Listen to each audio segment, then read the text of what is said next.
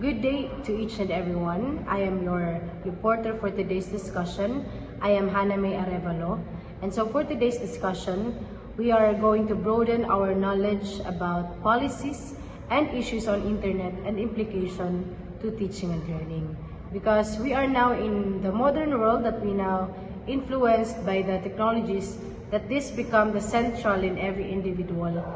Therefore, we have first the policy. So it is a course of action adopted and pursued by a government involving ICT, include also the Department of Education and Commission of Higher Education, which is the check that this ICT is widely used in this field of education.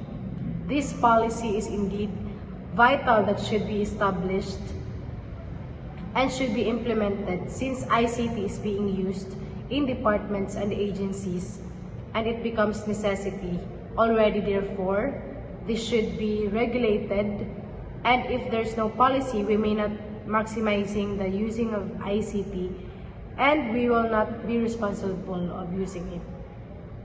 So as the advancement of knowledge of ICT, technological increase for teaching and speed communication, which is the information, telecommunication, and the networking technology. So here are the three new ICT technologies. First is the information technology, second is the telecommunication technology, and third is the networking technology. First, the information technology is about the use of electronic devices including computers in education, and this enhances the efficiency, cost, effectiveness, and quality of learning processes. Because we are now in the modern society, this technique is now a powerful education tool. Especially now, we are conducting online classes, so we use information technology in the everyday learning processes. But it's very crucial that people should be literate enough to the use of computers. Thus, we have what is called computer literacy to use technology efficiently. So second is the telecommunication technology. It includes telephones and the broadcasting of radio and televisions, often through satellites. So next is telecommunication technology. This means technologies for long-distance communication. And we all know that nowadays, in just one click, example, in your telephone, in one call, you can already communicate or talk to somebody. Another example is the internet. At pandemic, our situation today is such a distance learning. Therefore, we are experiencing a set of online learning to this. So this internet serves to connect each other with the help and easy transmission, which is the telecommunication technology. Third is the networking technology. We always recognize the importance of internet in knowledge building, and it can improve the quality of education in many ways. But there is a lot of risk in the use of internet, and it will not be used correctly, so we need to be responsible enough with the use of networking technologies. So there are three types of privacy. First is personal privacy, second, privacy and communication, third is information privacy. The next issue is about privacy and security.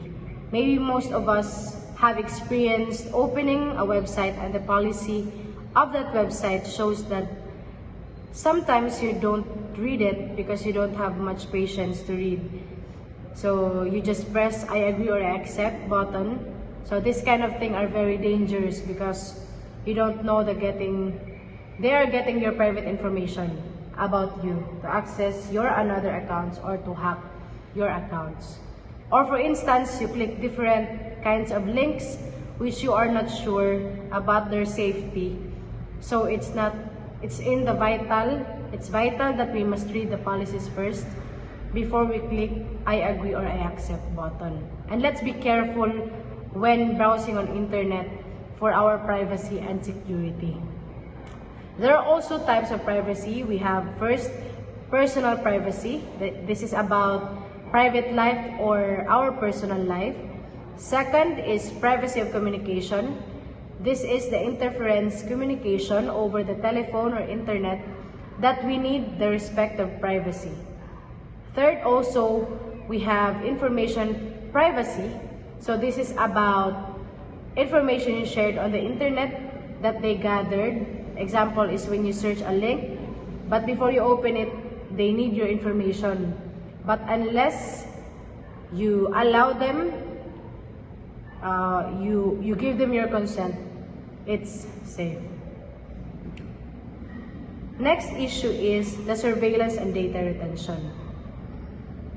We prefer to imagine that no one knows what we're up to when we're surfing the web. But nowadays, most governments require the internet public or private organization to monitor and collect all types of user information to be accessed by the authorities under data retention rules, so you don't know you're being traced or watched, that there is surveillance that happened, that they already gathered your information from you. Hence, we need to be vigilant. Next issue is e-pollutants from e-waste. A large amount of e-waste is generated by ICT.